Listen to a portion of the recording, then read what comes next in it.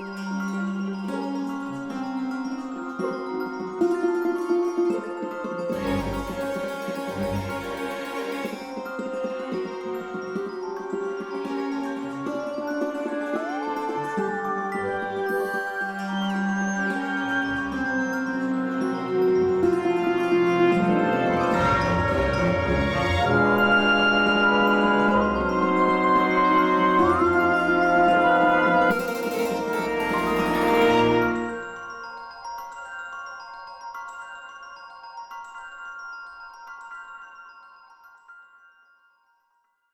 listening to The Great and Secret Knowledge, a speculative fiction podcast. I'm Jeff, and with me once again, Sophia. Tjena. Howdy, howdy. Let's check in. How's your last 2 weeks been? It's been very great, but otherwise, it's been all right. It's very dark now. Great and all right. No, not great. Gray, like gray sky. Oh, yeah. Of course. Of course, it's the winter. Yeah, and how about you? Pretty good. Just plodding along like usual. My folks are in Mexico. Maybe their last time there, because my dad has dementia. He got approved for home care, like 30 plus hours a week, which they've been trying to get for a long time. But I assume eventually his memory will get too bad and he'll have to go to a home. So this is like a last hurrah. I think that's it. A couple of weeks till Christmas. I don't really do anything for Christmas these days, so it's just sort of happening in the background. How about you? Do you have any Christmas traditions? Yeah, I will celebrate with my parents and my siblings. So we are doing a kind of a lottery, I guess, in the sense that we have gotten each one person to buy a present for. So I'm buying 2 presents. One Christmas present and then one birthday present. Because my brother's birthday is on Christmas Eve. Oh, wow. That's got to be strange.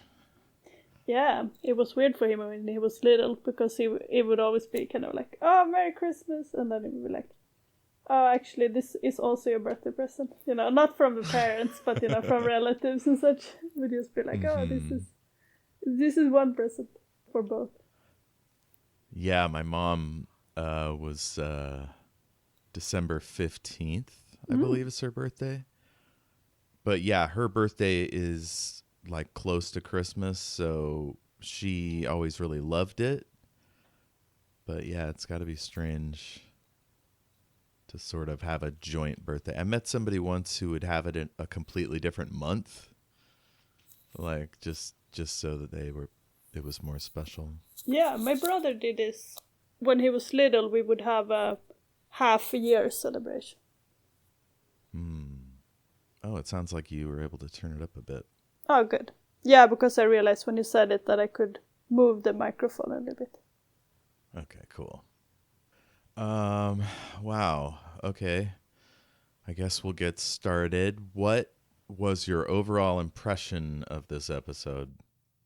I liked it. And I also thought that the visuals looked much better. It makes me wonder if this one was like remastered compared to when I watched season 1. Yeah, I'm not sure about the production stuff, but let me look here. This one is not very well rated. I'm not sure why. It was very intense. Yeah, I don't know either. Maybe it's something about the 2 plot lines. Like maybe in some ways it feels a little bit anticlimactic at the end, because you think that maybe the 2 plot lines are supposed to be connected somehow. But it's more like it just happened to happen Yeah, at the same time. It was almost like a modern episode of TV where they weave in an overarching plot line into Monster of the Week, essentially. I guess, but both of these were just for the week. Well, Wesley's story sets up the fact that he's staying the rest of the season. That's true. I was thinking more about Troy and the virus thing. That her story is not really connected to the virus. It just happened to happen at the same time and therefore causing the problems. Right. Yeah. Yeah, in a modern series, you would think that a main character having a baby would be referenced again down the line. Very impactful, traumatic, long-lasting feelings. Never mentioned again. Maybe that's part of it then, that if someone is rewatching this, like, what? This one? Like, this feels weird, out of place. I was stunned. I mean, I watched this kind of all in a blur, pretty quick binge over the course of a couple of months. And so coming back to this for the first time, I was like, holy cow. My God. So the two writers, Jaron Summers and John Povil, they only wrote this one. They did something called Star Trek Phase 2, which I've never heard of. It must be a fan production in 2012. But there were 19 episodes of it. It's just bizarre. I kind of want to watch it, but I also kind of don't. It's like Spock and Kirk and like just people doing it. So anyway, these guys clearly were not big stars in the Star Trek game. But the director is a legendary director, Rob Bowman, who went on to do The X-Files and all manner of other good TV series. Even a film, Reign of Fire, which I believe is about dragons. So that's probably why the direction is so like flawless and pretty. There's shots here we haven't seen before. Like there's one on the bridge. It's a dolly shot, I think, that either that or Steadicam, but it like backs up and like kind of curves, and it's all like kind of a oneer, and then it turns to see Riker. Like very stylish. Yeah, and the sets look like there were more sets, I feel like, and more of them than it's been in season 1. Yes, yeah. Like maybe they built some new stuff. I think we've seen these quarters before, but I don't know, maybe they added something to it. Yeah. I mean, I think it was just that when for example, when we were down in engineering, then it felt like the engineering was bigger and more detailed. So it's like they have improved it a bit. Yeah, either that or just Rob Bowman found new ways to shoot it. Yeah, that might be. The containment unit is in some kind of cargo bay. Oh, the wild windows in 10 Forward. I don't know if we've ever seen those shot in the same way. There's a great shot from behind Wesley and Guinan, and the like warp is starting. And there's like blue lines coming towards the camera. I'm looking at the photos on IMDb. Yeah, a good director can just come in and like pick up things that, your basic TV guys didn't think of. Yeah, I can imagine. But yeah, on IMDb, this one gets 5.8. Ooh, that's just harsh. Terrible. Yeah, what do you think? Why do you think it's so unpopular? Well, the storyline, surely, it's a very sensitive subject, and Marina Sirtis gives an incredible performance of someone who's been I don't know a better word to say than violated. And that part of it isn't really dealt with. But like you'll notice at points her acting that, like when she sits at the end of the table during the conference with the senior staff and they're just talking away about what to do with the baby. I think these kind of storylines are confronting for women and then maybe uncomfortable for men. People that don't have kids maybe don't care about this stuff. I don't know. But I think the writing was better than I expected. If anything, there were just a few missed opportunities or maybe Wesley's story jars with it because they're not really connected. Yeah, that's true. I guess it could be that the third story is not really connected to the other two either. So yeah, it could be a little bit off. It felt like it kind of fit though, because I guess that the way that I felt was that since this was the start of the season 2, it would have felt weird not to check in with different characters and see like, oh, what are they up to? Like, because they checked in with some of the other characters as well and were like, Jordy was promoted and, you know, I guess that was it maybe. But it felt like they did a little bit of a check-in with different characters. Yeah, it just sounds like for a season premiere, for people to come back and suddenly be confronted with an unwanted pregnancy. Yeah. It's very, very uncomfortable for a lot of people. Yeah. Once I realized what it was, I was like, oh no. I messaged you and I'm like, I did not remember this. Yeah. And I could see maybe that it feels weird in the sense that it's such a bizarre situation.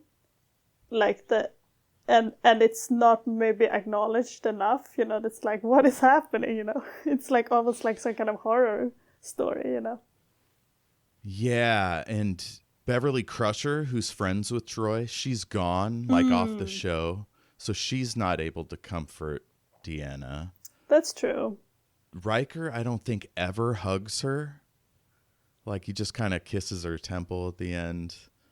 But yeah, it's clinical. You know, like we don't get a scene of her being counseled, you know, about the event. Yeah. You know, it's more like, what is this science problem?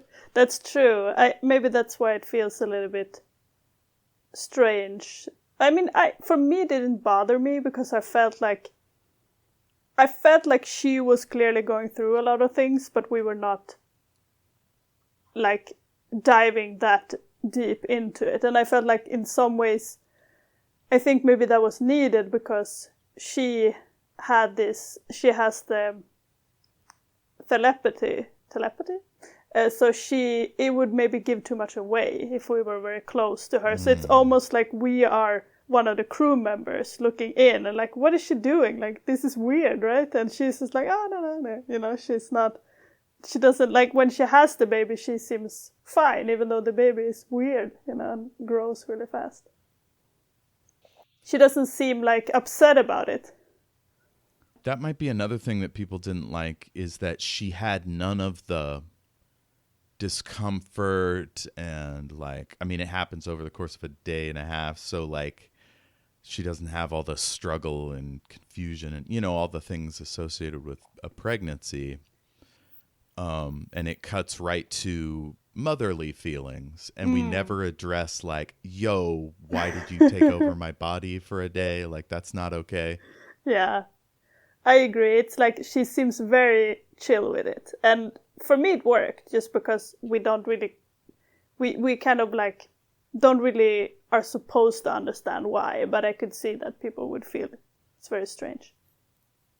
Yeah, I think survivors of SA might not like it just breezed over. People have had difficult pregnancies. Yeah.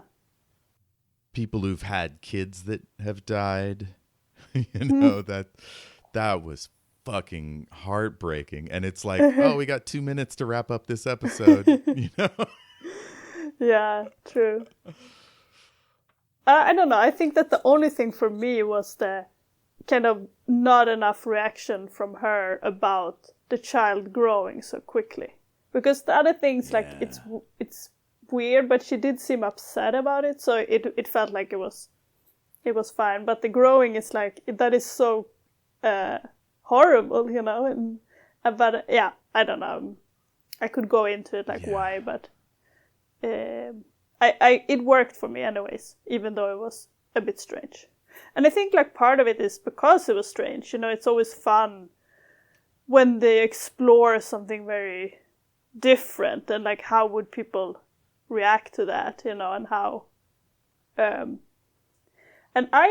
the thing is, like, I thought of course, like you say, it's like the essay thing, like that is in there, but it's also weirdly religious, because you're thinking about like some spirit impregnating a woman and just being like, oh, like there is no. So, but that wasn't really a thing, but I did think about that. I was like, oh, wait, it's like, is this the God, you know? Is God the star That's thing? what I say about missed opportunities, is all the questions I would have if I was one of those members of the crew. They go right to abortion. Yeah. I would be like, who is this? What do they want? Why are they here? Should we try to talk to it as it grows in the belly? Like, yeah, totally. so many things that if we weren't space people, we would talk about. Yeah, they're too practical. Okay, so it starts out with some really cool model shots. The Enterprise is hanging out with this Southern Federation ship. It's got this small head and like big bulbous body. And then we get a funny looking capsule shuttle. I love this little thing. It's called the Repulse shuttle. Oh yeah, that was the one that I most reacted to. I was like, wow, this looks so fancy compared to season 1. I don't think we ever see this thing again. It's so cool looking. It was too expensive. Oh, yeah, probably. Yeah, they're very sparing with their model shots. On the bridge, this is where we get that cool dolly shot. We get Data against the wall. We get Worf. Riker's on the captaining. Wesley, let's see. Wesley looks great. The hair is like on point. Yeah, and he has a uniform now. Yeah, according to Will Wheaton, he called that his muscle shirt or muscle suit. Apparently, some or all of them had pecs and arms. Let's see. Riker has a beard. That's new. In the captain's ready room, Geordi's there. We find out he's the chief engineer. Riker is excited about it, and he's smiling. Oh, did you catch Riker doing his Riker maneuver over the back of the chair? Yeah, I liked it better this time. Sometimes I've been like, that looks too weird, but now it looks nice. Yeah, I'm just used to it. I wonder if they made the seat back a little shorter. So Geordi explains the science. They've created these little modules that'll keep the plague specimens alive. And then they're going to keep those inside this containment chamber. They're going to this place called Odette 9. And that's where they'll get these samples. I noticed that Picard will relieve Riker at 0300. He says it weird, 0300. I'll relieve you at 0300. 3 a.m. the captain's running the bridge. It's a crazy schedule. Yeah, so Data tells Geordi, oh, we see this little blue spark flying around the ship. Yeah, and did we have some kind of star like that before? But there was a villain then, I think. I feel like there was some kind of star villain that flew around. Yeah, I think you're right. I'm going to track that down later. Evil star villain. There's all sorts of like mysterious entities in this show. maybe I'm getting too ahead of it, but like so often that different entities get into the ship, and that's very concerning. It's like in the episodes that we have watched, it happens very often that just different beings get into the ship. So when they were transporting this plague thing, I was like, this is not a secure ship, everything can get in and just like fuck things up. Right. Yeah, I guess they can't fly around with shields on all the time. But they need to create some kind of anti-god shielding put around the hull. Yeah. So Data tells Geordi that something weird just showed up on the sensors, an unexplained power fluctuation. And then we see this spark bobbing around the ship. We get this nice POV shot. And so I have this question, is this a horror story? At this point, did you think that's where they were going? I thought when you're saying like when the star like attacks Troy, like, or yeah. I mean, it was interesting because I was like, it's attacking her. It looks like she's having an orgasm, but that's probably not what they're going for. But now I'm thinking it's like, well, I don't know. It impregnated her somehow. It's like some kind of weird star sex, or like you said. Yeah. The music was really spooky, but the orgasm. It reminded me of the Ghostbusters ghost blowjob scene. Have you seen Ghostbusters? I think I saw it once, but it was very long ago, so I don't remember. Is there a ghost blowjob? Yeah, Dan Aykroyd, this like ethereal lady comes in and is doing stuff to him, and I think his eyes go cross-eyed. Very silly. But first the spark visits this hairy-chested guy. Yeah. I guess he decides that guy can't get pregnant, so it moves on to someone else. I kind of want it now that it just impregnates some guy. Did I talk about this when you played The Sims? The guys could get pregnant from aliens. It was in, I think, The Sims 2.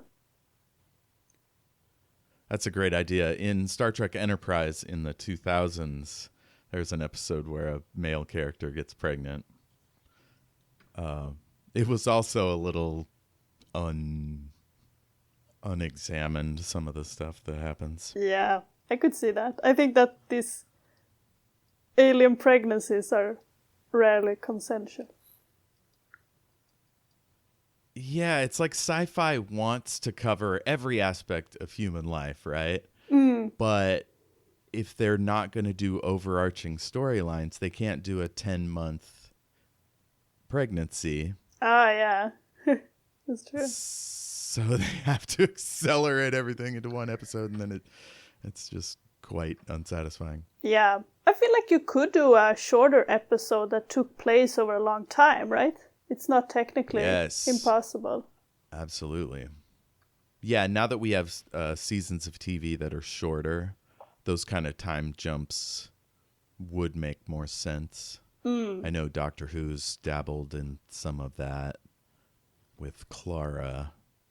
But it does feel like it's longer than 1 week between each of these episodes. So it's not, I don't feel like it's this thing where it's like, oh, this is happening in real time or something. So I feel like you could do an episode that would be taking place over a longer duration. Or maybe it skips ahead. Maybe it's like for example, they could have had between season 1 and season 2 that they're like, oh, it's been a year, and this person is pregnant now. Yeah, I could see that. Sometimes they'll do that if the actor is pregnant, but then a lot of times they'll just give her a bulky coat and hide her behind or like consoles different handbags and stuff. Yes. Walk in front of statues. So it's Stardate 42073.1. There's a unclassified plasma plague in the Richella system. They're going to pick up these little plague beasties and take them to Station Tango Sierra. Down in engineering, they're putting together the containment unit. I noticed up on the bridge, Picard says grand.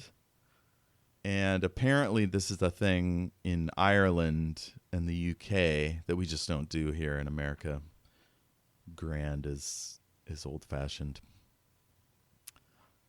We find out Dr. Pulaski is the new chief medical officer, that Dr. Crusher is gone. And Picard is annoyed that she's not coming up to the bridge to see him, so he has to hunt her down at the bar. And Worf, as Picard is leaving the bridge, Worf goes, "Not the best way to meet your new captain."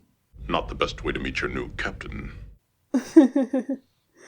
Is this where we find out that Wesley is leaving as well? Yes, Wesley joins Picard in the turbo lift. Oh yeah, and that's Picard when, just that's when. stares at him. It's so awkward. Turns out Wes was supposed to meet up with his mother, but this is an unexpected, rush mission. And Wesley says it's going to be hard leaving the Enterprise.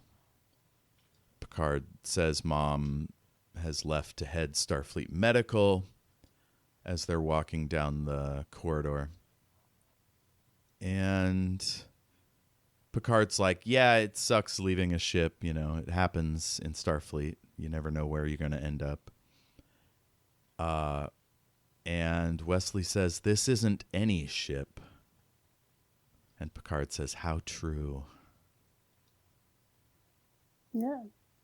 It is interesting, this life. It become, like we had talked a little bit before about this post-scarcity world and what you aspire to do if you just have all your basic needs met. And I think that in some ways it's like you sacrifice a lot, I imagine, to be in these ships because of the way that they talk about it. Like, oh, maybe you will get reassigned, or shift around, and you're gone, this is their whole life on the ship. Like, they don't have any weekends going off somewhere else or anything. So it's, I don't know, I don't have a clear thought about it, but it's just an interesting thing. It's like almost they lose some of this basic need stuff, to have a home or, relationships that are not work ones. Yeah, they get R&R between episodes, but they're often out so far away from Earth that they can't visit family. I guess we've talked about this. They could use the holodeck to hang out, but they don't on screen very often. What, can they have Skype calls on the holodeck? Yes. Well, I don't know if they've ever done that, but yeah, they would have to. But you can have actual people there, because I was thinking it would just be models of them, simulations. But you could have a conversation, do you think? Yeah, I'd love it in modern Trek if they do that, where somebody is, I don't know, doing an improv show with their friends back home, but they're their avatars look exactly like them. Yeah. Because we have Zoom now, right? So we're very close to eventually having hologram stand-ins. Yeah, they should be able to. And it's a little bit unclear with this, how fast you can call each other, if you can have regular conversation back and forth. But at least you should be able to send a video so you could watch it. Yes, absolutely. Yeah. So in the bar, Picard looks around and Guinan's there. She directs him over to Dr. Pulaski, who's talking to Troy. She has a weird hat. Who, Guinan? Yeah. This is the first I've seen her. This is the first time you've seen her? Oh my God. I thought so. Yeah. Okay. So Whoopi Goldberg grew up a Star Trek fan. And she idolized Lieutenant Uhura. And once Star Trek came back for a season 2, she asked her management to get her on this show. And so a few episodes a season, she'll show up and do her wise bartender routine. Okay, that makes me feel better about it, because I felt it was a little bit felt a little bit out of place. That it was almost like she was there to kind of just serve Wesley's storyline. I was like, why do you care? Like, I don't know you. Yeah, it makes me wonder if we missed an episode where she first arrived. Let me... Guinan's... But was she in season 1 then? Maybe she came in season 2. Nope, this is her first appearance according to the AI. Yep, according to Wikipedia. Yep. So yeah, they don't really introduce her. I don't know. Like she's Picard's friend, so you think they should have talked first, but instead it's Wesley.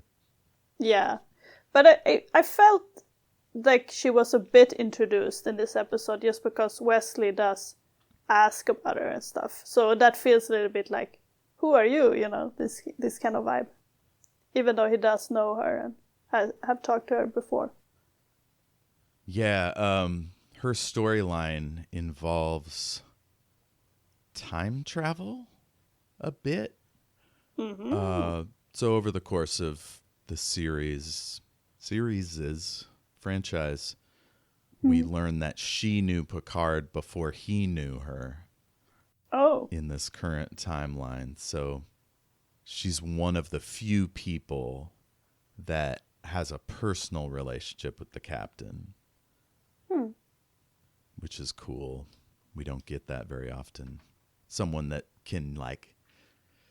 he trusts implicitly. So Troy looks really upset, and the music gets really intense, and boom, we cut to the conference room. Now first we meet the doctor also. Yes, the doctor is like, just cuts through Picard's bullshit and is like, we got a problem. Yeah, Picard is being bitchy. It's like, I don't know what the status were on your old thing. Yeah, protocol may have been lax on your assignment, but here on the Enterprise. Troy looks so upset. Yeah. I like how gentle Picard is with him. She's another character where you get another side of him. You get just a little softness that you don't see very often. So they're at the conference room. She sits at the end of the table, like leaves space between her and Riker, who they're supposed to be like really close. So I think that's to convey how strange this situation is. Yeah. And it turns out she is pregnant. Riker is stunned. I feel like this is maybe the wrong order, but I don't know. We can't get into all of the morals of this, but I feel like you should maybe not have this in a conference call, like conference meeting. But I'm not sure how you should do it. Yeah, I haven't been in this kind of situation. No, I hope not. It's the alien pregnancy. The one abortion scare situation happened to a friend of mine, and she had already dealt with it before we talked about it. Whereas this is like a couple hours later, and they're having a conference about like the security implications. Yeah. Rather than like counseling Troy and like gently drawing out her feelings or whatever. They just skip that scene entirely. Yeah, totally. I think I kind of feel, but that would also be weird, but I kind of feel like she should not be there. You know, if they're talking strictly security, this is not, it's like there should be two different conversations about this. Yes. And they should not be in the same time. Honestly, I would brief them before she arrives and be like, gentlemen, this is extremely sensitive. Yeah. I need you to be like kind and compassionate and like not immediately jump to abortion, Worf. What the fuck? Yeah. Riker says, this is a surprise. And she says, more so for me. Yeah. Pulaski does her PowerPoint. Turns out the baby is already the size of a 6-week-old fetus, even though conception was 11 hours ago. I didn't do the math, but this is like 2 orders of magnitude faster than a normal. No, much more. Pace. I thought that, I was trying to do the math, but then I realized I did it wrong. So first I thought it was growing 10 times the speed of a normal human, but then I realized it's much faster. So I'm not sure exactly how much. But 11 hours times 2 for 24 hours. And then 24 is a day, so times 7. That's 14 times 6. 60, 90, almost 100 times. Yeah, faster. That makes sense.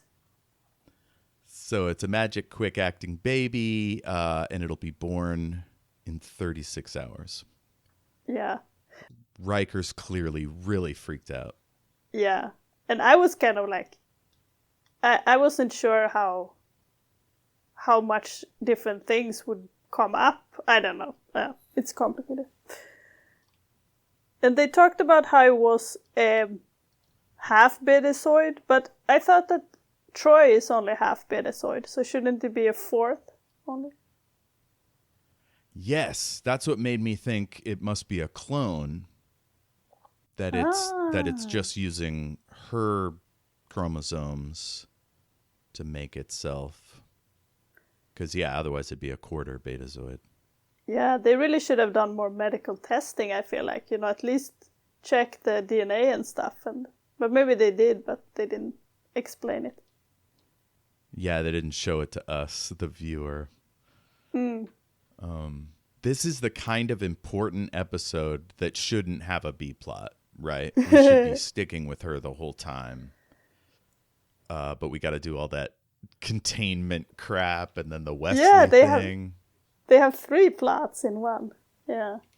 But it was, I did enjoy the weird, inputs. Because, like you said, Worf is just like, oh, we should terminate it, and then Data's like, no, we have to study it. Oh, my and I God. thought that was funny. It's like Troy's kind of fuzzing out. We hear their voices sort of fade. And these are clear signs of trauma. And I was thinking, why are they talking about her and not comforting her or asking her questions? I'm sure this has happened throughout human history. And maybe another reason why people are pissed off about that. Because, this is, I think we can just say this is a rape of some kind. It's not a virgin birth, and it's an accelerated physical transformation, which nobody would want. Yeah. And it would be hard to talk about. Yeah, really indelicate. This is why you don't have a meeting like this half a day after somebody gets pregnant. Yeah, I agree. But in some sense, I did like it because it felt, in a weird way, it did feel realistic. I didn't feel like, oh, everybody's acting out of character. I felt like, oh, this is how they would react. So I don't know if that is... maybe it's like that the situation they made was too weird and therefore it becomes too weird. But I think that the way that the characters were acting felt very realistic for how they would in this kind of very weird situation. It definitely fit their characters from what we've learned of them. Yeah. Her and Worf become close friends over time. So it was really interesting to see how he was all about security.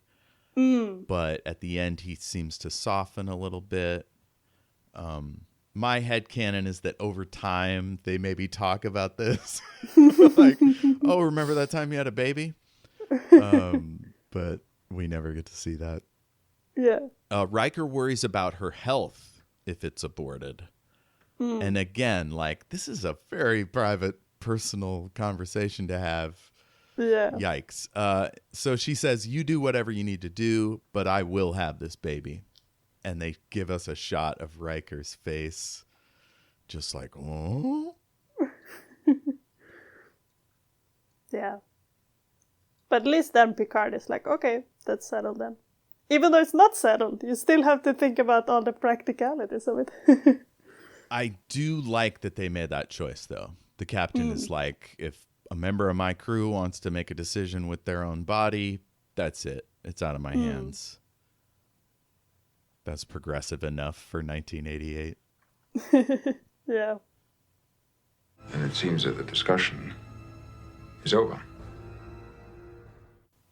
Oh, she gives Worf a look like, you motherfucker. I didn't notice that. Oh, shit.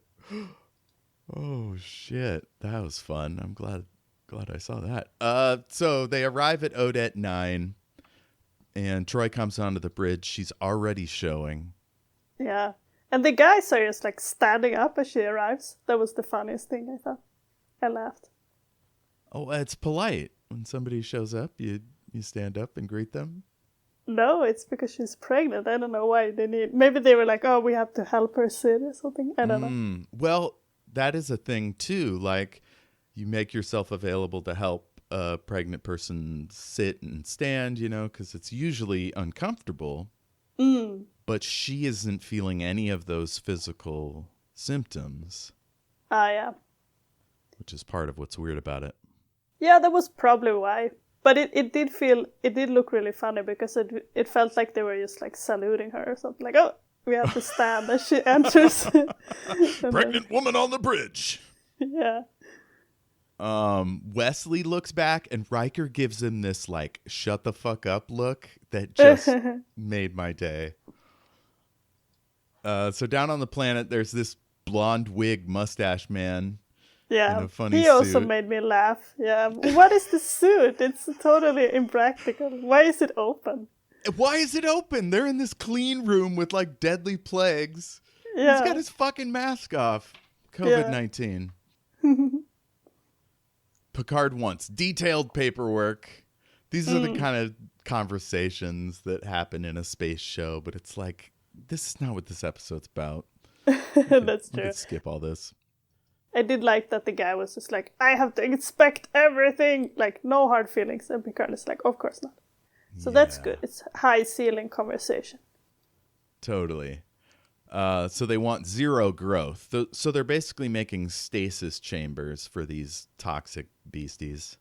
Yeah. And things are real dire over at the Richellus system. In the hall, Troy asks for help from Data. It's already time for the birth. Yeah, but Data had an assignment. I was afraid that somehow he was not going to be able to do both things or something that would cause trouble. Well, number one, medical situations always take precedence on this show. Yeah. And two, Data can do like 17 things at once, so it's not really an issue. I guess so. I don't. But what was he supposed to do? He was going somewhere, I thought. He had some kind of... to help with the transfer of the specimens. Yeah, I guess I agree. It's not a problem, but for me it did feel a little bit like, okay, you were supposed to do this very important virus thing, and now you're going off and helping with this birth. Like, it felt like it was maybe you should not switch assignments like in the middle. I agree, like the medical stuff is important, but maybe he should have been like, let me call someone, to come and join us. Absolutely. Maybe he sent a mental text message up to the bridge. Yeah. So he says security should be on their way. Dr. Pulaski is annoyed. Like, it's a baby. What are we doing? What if the baby comes out and he just starts shooting lasers everywhere? Maybe it's an alien baby. It's like, Wah! He comes out with an assault rifle. Yeah.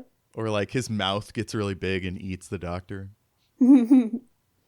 Pulaski says there should be someone like a comforting presence with Troy. And Troy thinks Data will be just fine. And my headcanon is that maybe because he has no emotions, that she won't be overwhelmed by someone else's emotions. Yeah, that makes total sense. That's calming for her.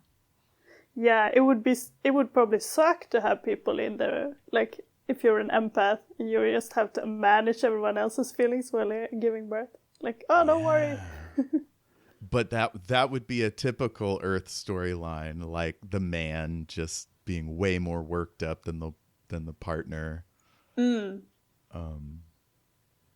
But yeah, Riker arrives at one point and hangs back. I think because they're not partners, there's not the accepted implication that he would be there. So I think that's why he hangs back. But anyway, Data's really interested in like the science of it. He goes, "Are you able to access his thought process? Does he have thoughts? Is he aware of you? When does that awareness begin?" And she's like, "Data, it's time." Yeah, it was funny. Troy doesn't feel any pain. And then Worf comes with his 2 goons. And then Riker shows up in the background. He looks so worried. She has her sort of pregnancy breathing sort of thing. Yeah, but why would she need to if she doesn't feel any pain? She could just be like, boop, boop, boop. Maybe because the parts down there are spreading. I mean, I guess, yeah, I don't know. I think that, I guess the body is still, you will still have the contractions, so maybe it feels good to like breathe to kind of help with them. God, but like, is oxytocin being produced? Like, does the alien make all this stuff happen, or is it her own body? Yeah, it's very confusing. Yeah. And just like that, the baby's out. He cries briefly and then he chills. I did think it was strange that there's no screens around her hospital bed. So all these people are just watching from the background. Yeah, that's true. It's like standing in a doorway, like, whoop. Yeah. Pulaski wipes him off and says, "Oh my, he's beautiful." She says, "Are easy births the norm for betazoids?" And Troy says, "Not according to my mother." And then Worf comes over, and Pulaski says, "He's no threat, Lieutenant. You and your men can relax. It's just a baby." Like, how would she know? Maybe it's gonna eat her face, like you said. Oh, I think because of the sensors on the console, it tells her it's just a regular old baby. I guess so, but it was growing weirdly, so it's not a regular baby. It's weird. Maybe like it doesn't have a tail or teeth or that is flames. It's not full of every disease that's ever existed. Yeah. Worf doesn't even say congratulations. So that's what made me think they're not close yet. Yeah. Data says it's remarkable. It was remarkable. She names it Ian Andrew after her father, who is human, I guess, so that's why he has an English name. Riker comes over and he's looking so loving. And she says, "Were you here all along?" And the music swells and I start crying. This is like the 4th time I've seen this scene in the last 2 days, and it's happening again. Getting all emotional. He says, "He's beautiful, Deanna, just like his mother." And then he kisses her temple.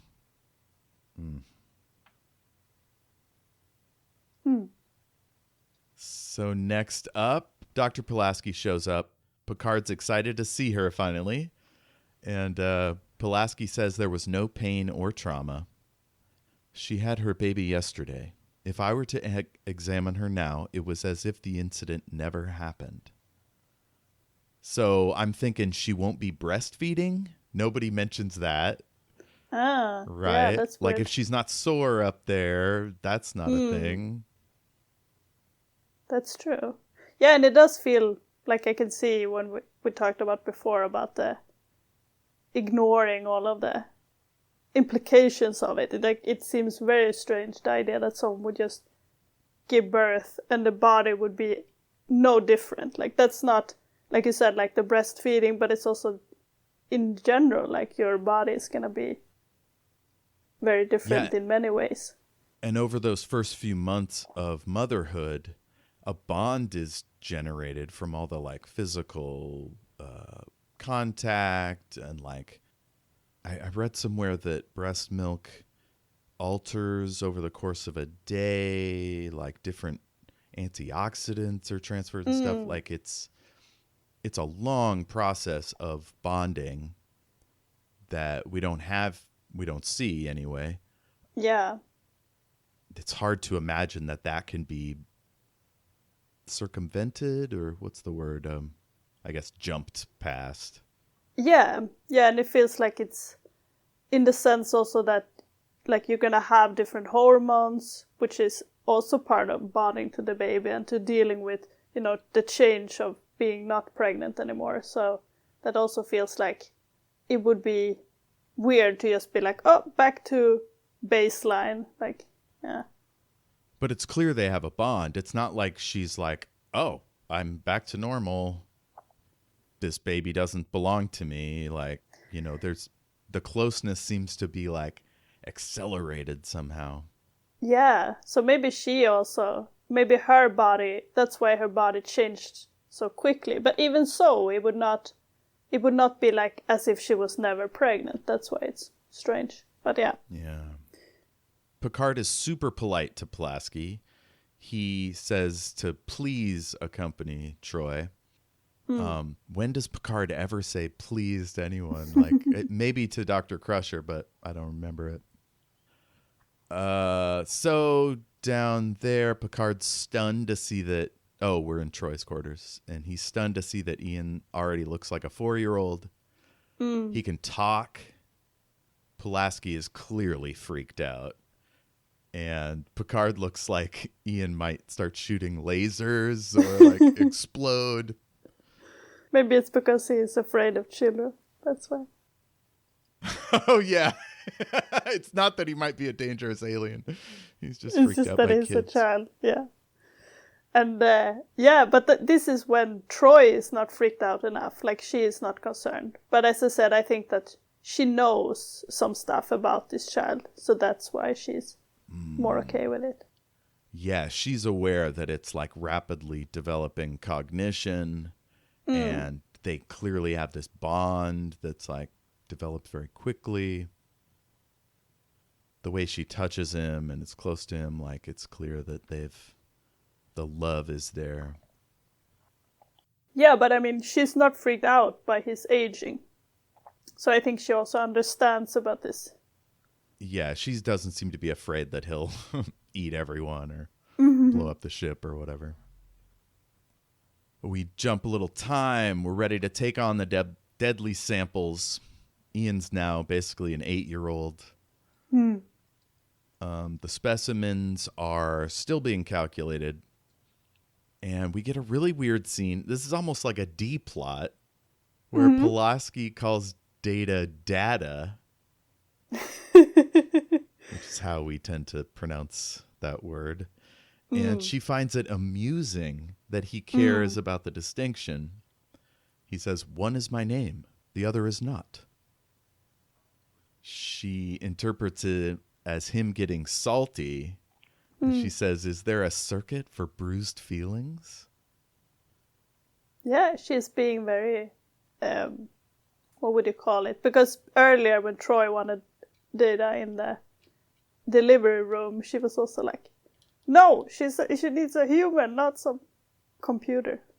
Yeah, this is kind of a runner in this season too, like her doubting Data's reasoning for wanting to be human.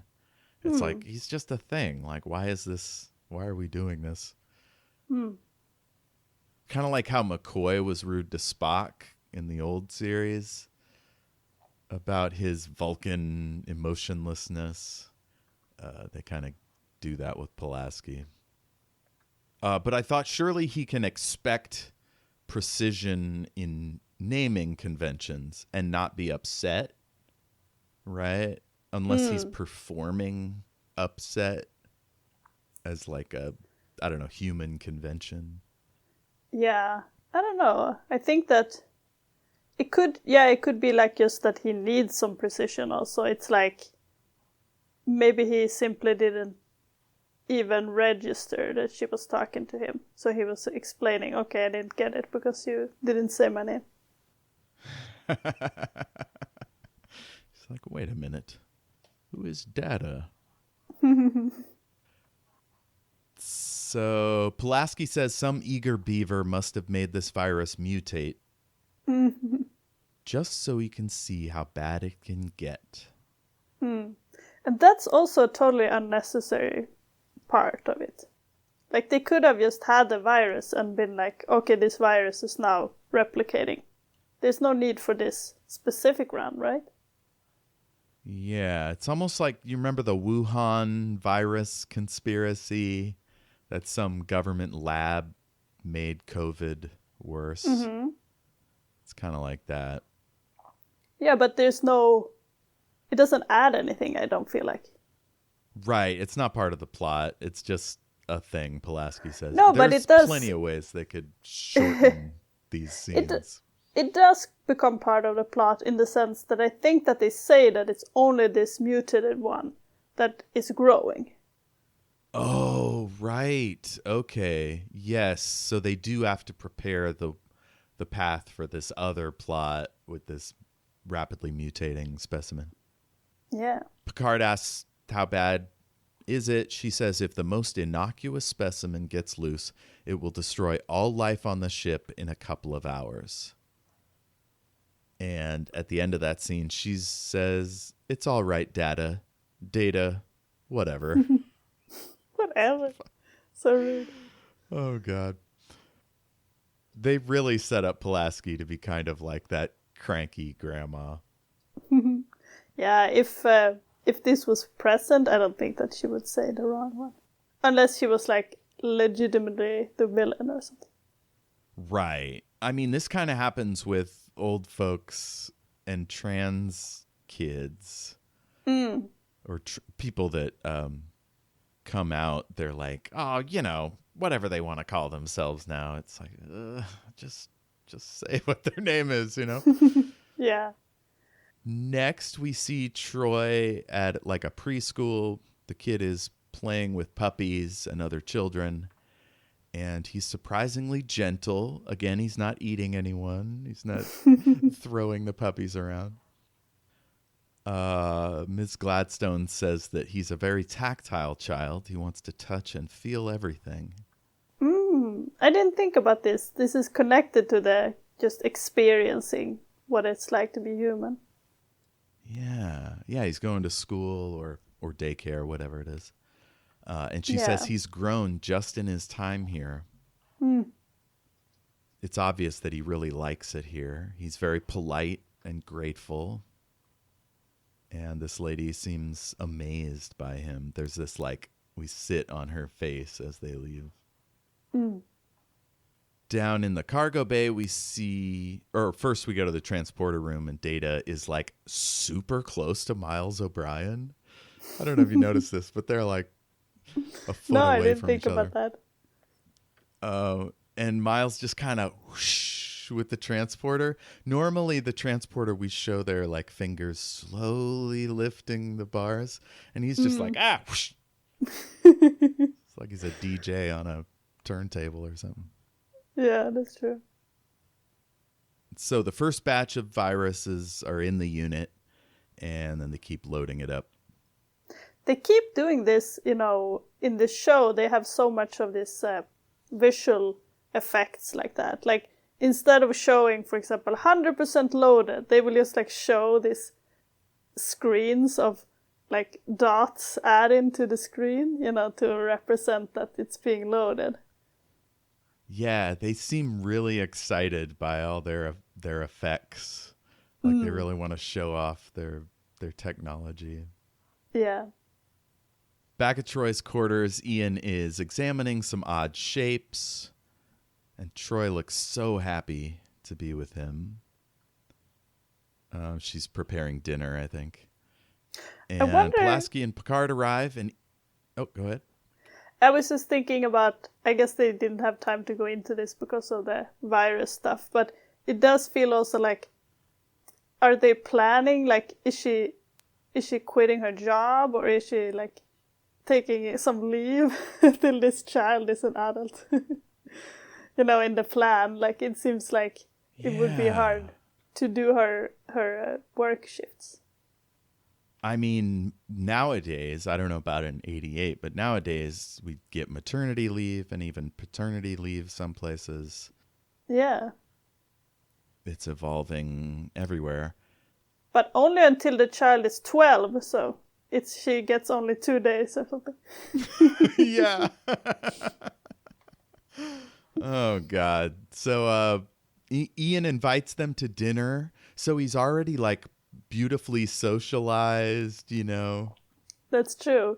Oh, I forgot to say, this is also like in The Sims, because in The Sims the women are pregnant for, I think, 3 days, and then, the children, they grow, I don't know how fast, but it's kind of the same length as this, Uh-huh.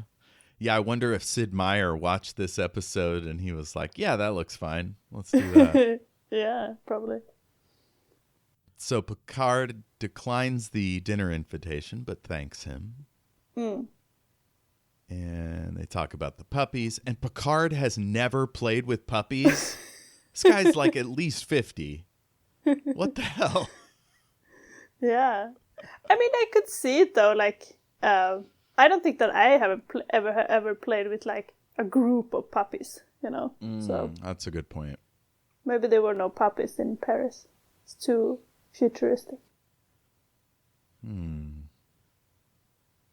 Yeah, maybe pet ownership is uncommon for Starfleet people. Maybe. But it's nice that they have some animals on board, They're not just like only the holodeck thing. Yeah, one of the characters eventually gets a pet, which is fun. He's a legendary part of the Star Trek lore. Mm-hmm. The kid intentionally burns himself with the soup, and Pulaski fixes it,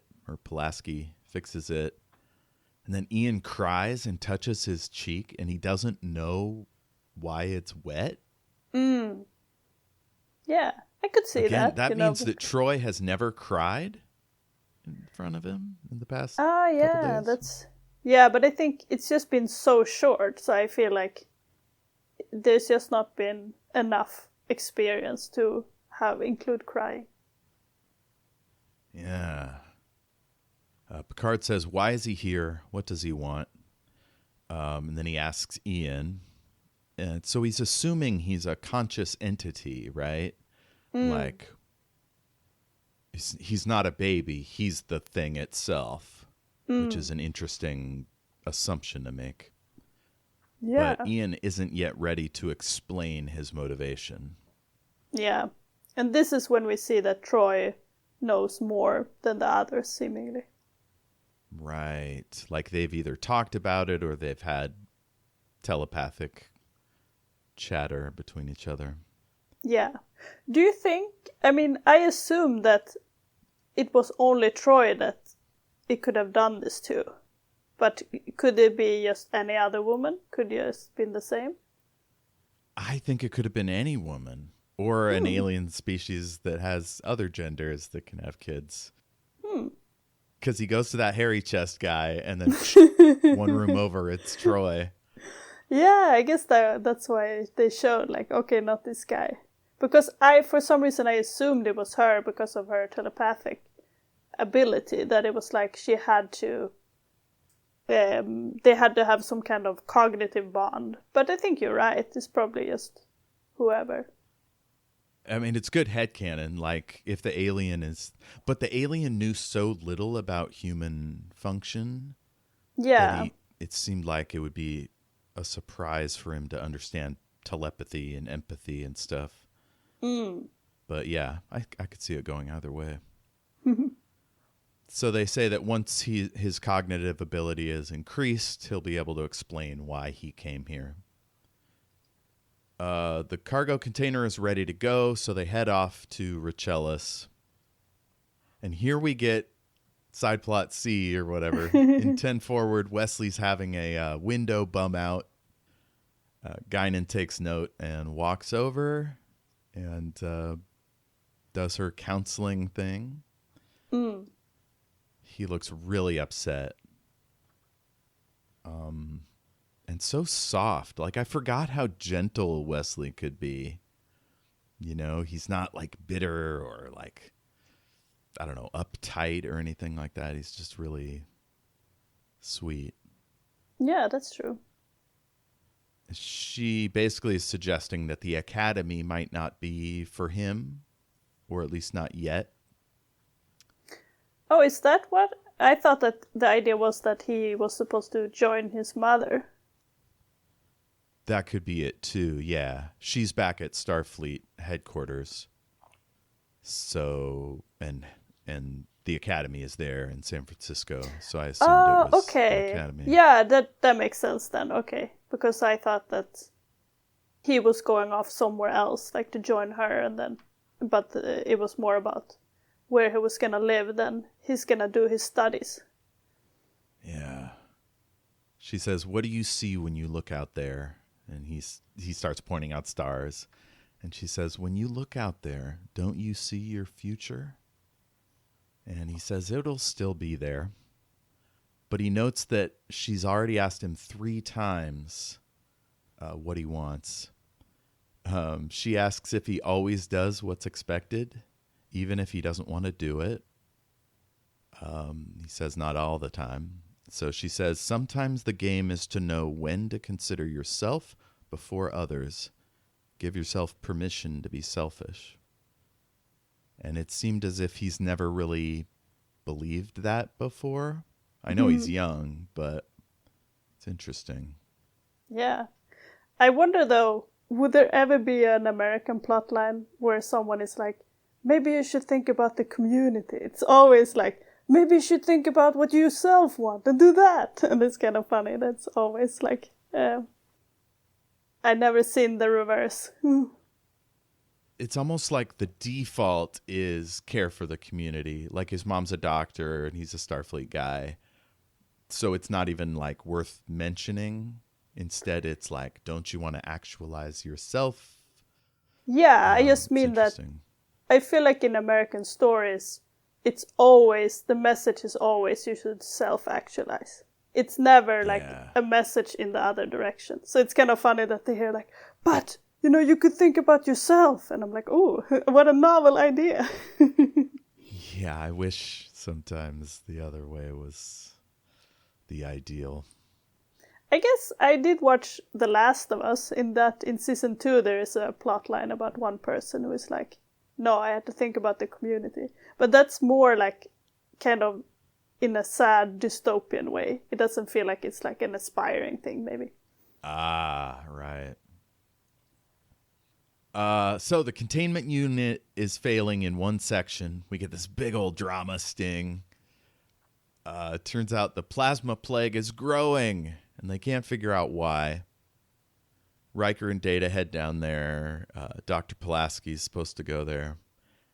And then we're back in 10 Forward with Guinan and Wes. He says, "You never talk about yourself." I was just thinking about the container failing. I was really pissed off by that. I was like, you had one job to keep this container from failing. And it's just like, I feel like people should be more upset. Like, why? Why is this happening? We did so much work.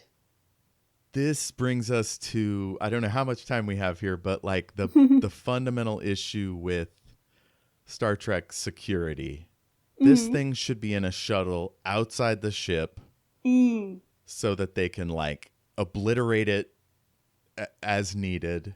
Yeah. But instead it's right there in the cargo bay, like could kill everyone in 2 hours, you know? That's true. And they haven't even talked about other scenarios. Like they're just like, oh, we should jettison it. It's like, no, that's not possible. Like, how is this your conversation now when it's already happening? That is nonsense. Yeah, they should have talked about all this ahead of time, of course. Yeah, you could throw it into a sun. That's fine, you know, I think. Right? Yes. You could surround it with torpedoes and just like burn it completely.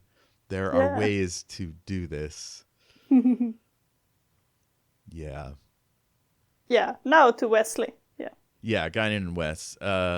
He says, "You never talk about yourself. People say you're really old. They say you knew the captain on the Stargazer." And she's like, "No, not really." But it's obvious that she knew Picard before. Well, we learn later in other episodes, but before even he knew her. But she doesn't correct him about where she's from. And then the scene ends in the gentlest way possible. He's so kind. He thanks her for her support. He says, "Not for the souffle. I meant for the rest." Like, just what a good boy. My God. Yeah, it's sweet. And I also think it's funny that they had in the previous scene, they had all this like what kind of drink do you want? And then in the end, he does have something like, she managed to make something like, do you want this? Do you want that? Yeah. We made some dessert, a Diluvian souffle. Yeah. For a dish of Dovlarian souffle? Down in the cargo bay, they're trying to figure out why just this one module is acting up. Yeah. Geordi's getting really worked up. Data thinks maybe it's a sensor issue. Dr. Pulaski rolls in and she's like, well, you just got to destroy it. And this is where I'm like, they designed a thing that they can't destroy or beam off the ship. Surely they could dump it out and melt it. Yeah. So unlikely. But within 2 hours, it'll break containment. Yeah. But at least they talk about separating the saucer, so it should, like, only essential crew would die and not the others.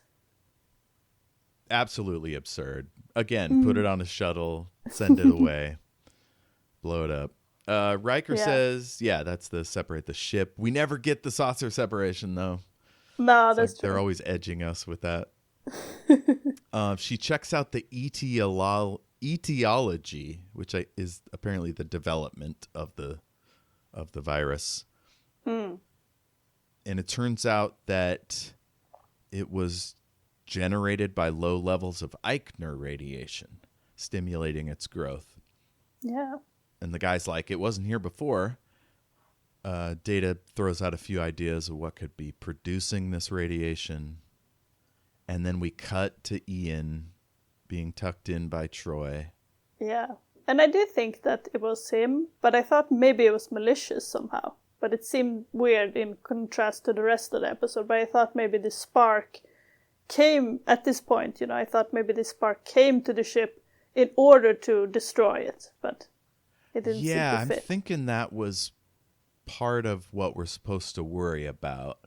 Like, it's in the script to kind of like, oh, is he a bad guy? Yeah. She turns down the light, and then he starts mentioning that he's the reason this is happening. He says, I have to leave you now, or it will be bad for everyone. And she is so upset. Yeah. You're going to die. No, you can't.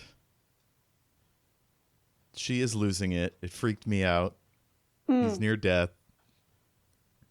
And the team rolls in, and Data says Ian is the source of the radiation. Troy says, you must save him. And this is where I wrote, Sirtis is killing it. Like, I don't know what she's drawing on, but, like, I feel it. She's a mom. Her boy is dying, and it's fucked up. True. Star Trek doesn't always let its regulars feel this intensely. It's quite jarring. And this is where I wrote, once the boy dies, someone hug her, for Christ's sake. That's true. He dissolves into a spark and floats into her hands.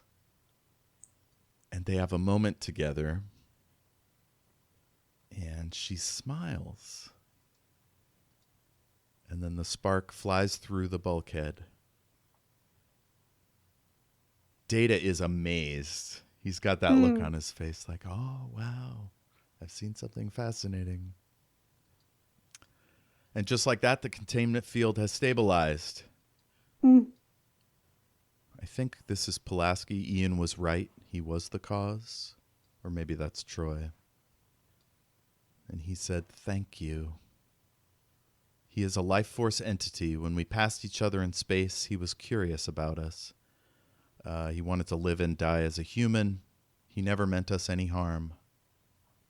Riker asks why she smiled, and she says, he said, thank you. I told him we will miss him, and I will. And they leave. Nobody hugs her. What the fuck? Oh yeah, but I could see. I agree. They should have, but also it's hard. Like it was such a specific moment for her. Maybe she needs some time to just be with, like, of course, the moment or something. But yeah, there's no easy way to handle with a sudden death, right? I don't know if I've ever been at the side of someone I knew that died. I did see someone die on the street who had been shot. That was pretty fucking traumatic, but I didn't know her. Yeah. Yikes. All right. The ship arrives at Rochella's system. Riker says, I'll be glad to be relieved of this cargo. And Wes asks if he can talk to the captain. Down at the containment unit, Hester Delt says we may not develop a vaccine. What a pointless scene. Why did this happen? I mean, no, I liked it. It was like a little bit... I mean, I understand what you mean. It seems weird after they have this really big trouble. It's kind of like, oh, maybe it will be for nothing. You will not know. But I did kind of like it. You know, it's like a little bit hope punk. It's like, you know, we don't know. You know, we did our best. We will see, you know, what comes of it. Yeah, I guess doing good. We never really know how it'll turn out. Yeah, I think something like that. You know, just doing your part and then, like, yeah. Yeah. So they start transporting the samples. Wes comes in to see Picard. He says he wants to stay on the ship. Picard asks if he's talked to his mother. And he says, Captain, this is where I want to be. This is where I feel I belong. And the scene ends with Picard pondering. There's a lot of Picard pondering in this one. Yeah. How old is Wesley now? I don't know how old he's supposed to be. I think he's 16. Okay. 15 or 16. I think he was 15 in season 1, so they don't tell us his age or his birthday. Back on the bridge, Picard rolls in. He tells Wes to plot a course to Morgana Quadrant. He tells everyone that Wesley has decided to stay, or has requested to stay on the Enterprise. And he goes around the horn, asks who will help raise him. Data will be in charge of his education. Worf offers to tuck him in at night. And Troy says, well, we know he'll get his sleep. I don't know. I guess the implication there is that Worf is going to like beat him up if he doesn't go to bed. Yeah, I think so. Like if he's up in the ship somewhere, Worf is just going to be like, no excuses. I will accept that responsibility. Like he grabs his collar in the back of his pants and drags him through the ship. Probably. Picard says that Riker should basically act as his mentor, like I'm thinking like a godfather, teach him about the rest of life. And Wesley's convinced his mom will be fine with it. And the last shot is Wesley's face just looking so fucking happy. And I gotta say, I love that for Wesley. But this episode was about Troy having an unwanted pregnancy and seeing her child die. And she doesn't get the last shot? That's true. That is weird. What the fuck? Yeah, I mean, it's funny now when we talk about it because it is a weird episode. But when I watched it, I was like, I liked it, you know. I think that it, in some strange way, it kind of worked. I like weird episodes, so I think that's why. Good. Or like, I would like weird stories, yeah. And maybe because it was so serious and her storyline was so serious that they wanted to end with a little lightness. Yeah, I could see that. But a very odd decision. Yeah, but it's maybe something about, you're kind of looking forward. Maybe it was just weird that they had this storyline at the first episode. Because it works very well for Wesley to have, like, it fits very well with the start of the season to have him be like, okay, what is coming ahead? So probably they should have just done the Troy story in some other episode. It makes me think that because of production reasons or whatever, they weren't ready to do the episode that Wesley's storyline was in. Mm-hmm. So they just crammed it into the first episode. And like all they were ready to go with was the child. I don't know. I'd love to look into it and find out. Because Wesley's story is perfect for episode 1. The child, it's a little intense for the first episode. Yeah. I remember, way back, like when I was little, I didn't want to see any space shows because I did see one show once where a baby was dying and it was too scary, so I never wanted to see any other. Yeah. It was like this baby was like laying in this. It was almost like some kind of medical platform thing, and it was just like, this baby's dying, like having all this like alarms and stuff. Yes, freaked me out. Do you remember what show that was? No, I didn't know. Like, I had no idea. It was just, going around on the channels and then being like, oh, I'm gonna look what this is. And then it was like, so for a long while I was like, I wouldn't watch any space shows because I was scared of the baby dying. So it scared me away. What did you think? Like, did you like it, or did you think it was too weird? I loved it. I think it's great. A lot of people don't. I think it's just too much show for one episode. So they can't, we could have done more with Wesley's storyline. We could have done more with her storyline, and they don't really intersect. Just for funsies, I wanted to pull up a 1-star review on IMDb. Dr. Pulaski is an idiot, and this is an awful episode. 2-star review. This one, weird and gross. Let's see. Of all the weird scripts to kick off season 2 of TNG, they chose the one where Troy is basically essayed by an unknown entity and forced into motherhood. Then the kid is also radioactive and endangering the ship with his presence. Weird decision. And it detracts and distracts from all the good improvements we have in season 2. Better lighting, new and more defined roles for the crew, some colorful new uniforms. All of this is very exciting. However, when you kick off your season with an a-hole of an entity that without permission does all that stuff, how am I supposed to focus on any of these positives? Cute puppies, though. Love it. I like that, like, plus 1 for puppies.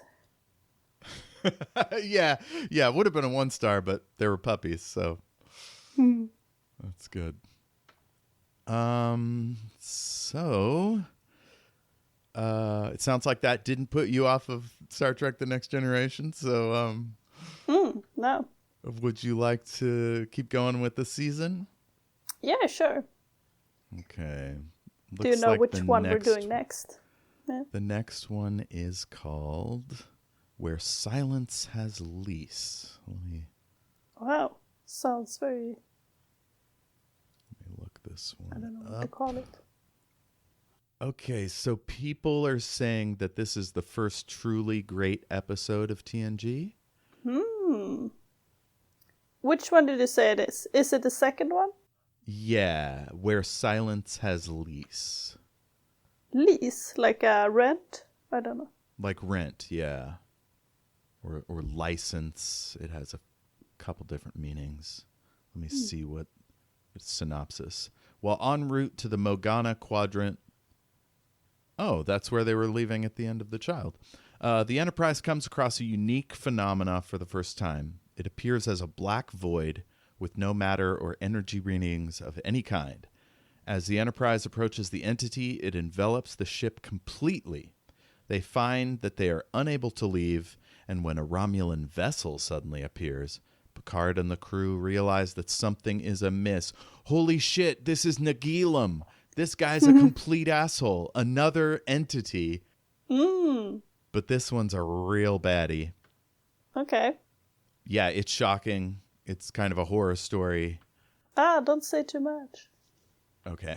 No, this is exciting. Where silence has lease. Cool. So, yeah. I'll see you in a couple weeks. Maybe recommendations? Oh, God. Yes, of course. Recommendations. What do you got? I don't know if I talked about... I was watching Murderbot before. And at first I was kind of like, I don't know about this. Because I read the books. So I did have some book knowledge coming in. And, watching it the first time, I was like, oh, it's nice, it's good, it could have been better. But then I decided to rewatch it. And actually on rewatch, I was like, this is great. I love this show. Oh, good. I think it's like, it's hard to explain. And maybe it's that the acting is just really good. So at the first, I was like caught up a little bit about the storyline and the plot and stuff. But then on the second watch, you just like revel in the acting. It's like so many good scenes. So I haven't reread the books, but is everybody this wholesome in the books? I think it is pretty wholesome, but it is like the thing that they did in the show is that they made the other characters more comedic. And in the books, in the books they are just kind of regular people. But I think that it's a good choice to actually make them more comedic, because the thing is, in the books you have it from Murderbot's perspective, and that's what makes a lot of the comedy. And I think that if you would have just people acting like total normal people, and then have Murderbot being so confused by a lot of it, then it would feel like we would be too far away from Murderbot's perspective. So I think it makes sense to be like, we're supposed to identify with it, and then you need to have the humans maybe be a little bit further away from you. And I think that it's funny in itself, and you just have to be a little bit like accepting, like, okay, these are competent people, like, even if they are also like being really stupid in a funny way. Yeah, like they're socially silly. Yeah. Even if they're good at their jobs. Yeah, I think like they are good at science, but it's like they are not very good at the mission. Yeah, they don't understand security at all. Yeah. And the other one, I guess, I could do a really niche recommendation, but this one is only for people who are very in the climate movement. You could read a book that is called I Want a Better Catastrophe by Andrew Boyd. And it's very intense, so only read it if you like already have intense feelings, because then you will like it. But if you don't, then you'll be like, this is too intense, I don't like it. Oh, good. My recommendation is something you can't see yet unless you're in the UK or you have some dastardly alternative means. But the spin-off from Doctor Who is out. It's called The War Between the Land and the Sea. And I've seen the first 2 episodes. It's absolutely incredible. It has less of the silliness of Doctor Who. It's a little more grown up. So it's I think it still counts as a family show, but it's a little older demographic probably. What does it mean that it's a spin-off? It's like a whole separate series?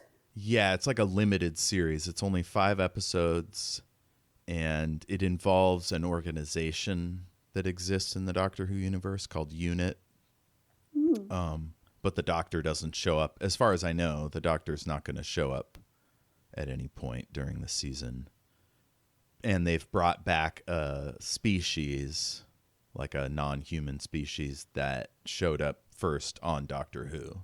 So it's got, and like the leader of UNIT comes from Doctor Who. So it's got connective tissue, but it's like a whole different kind of storytelling. The visuals are incredibly lush.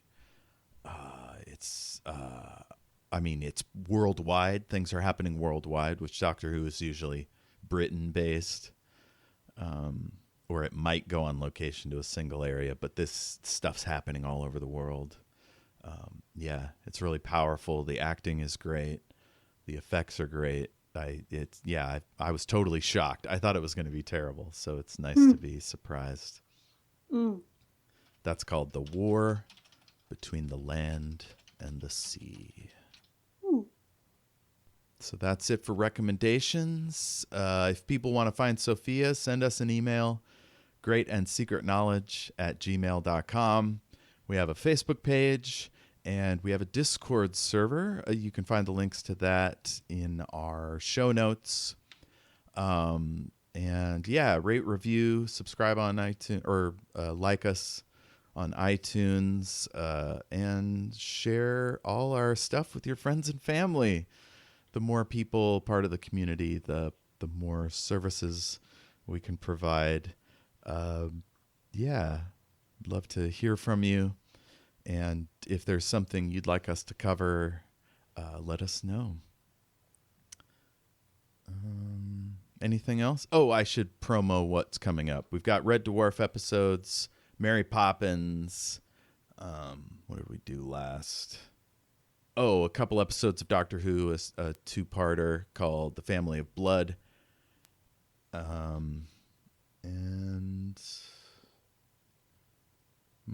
The Good Place. We did the first episode of The Good Place, which is incredible. So stay tuned for that. And until next time, take it away, Worf. Not the best way to meet your new captain.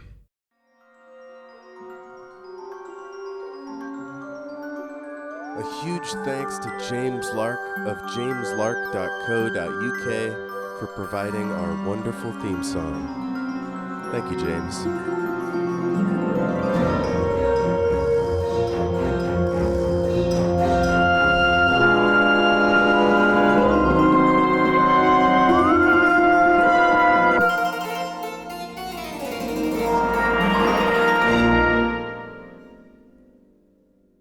I will accept that responsibility.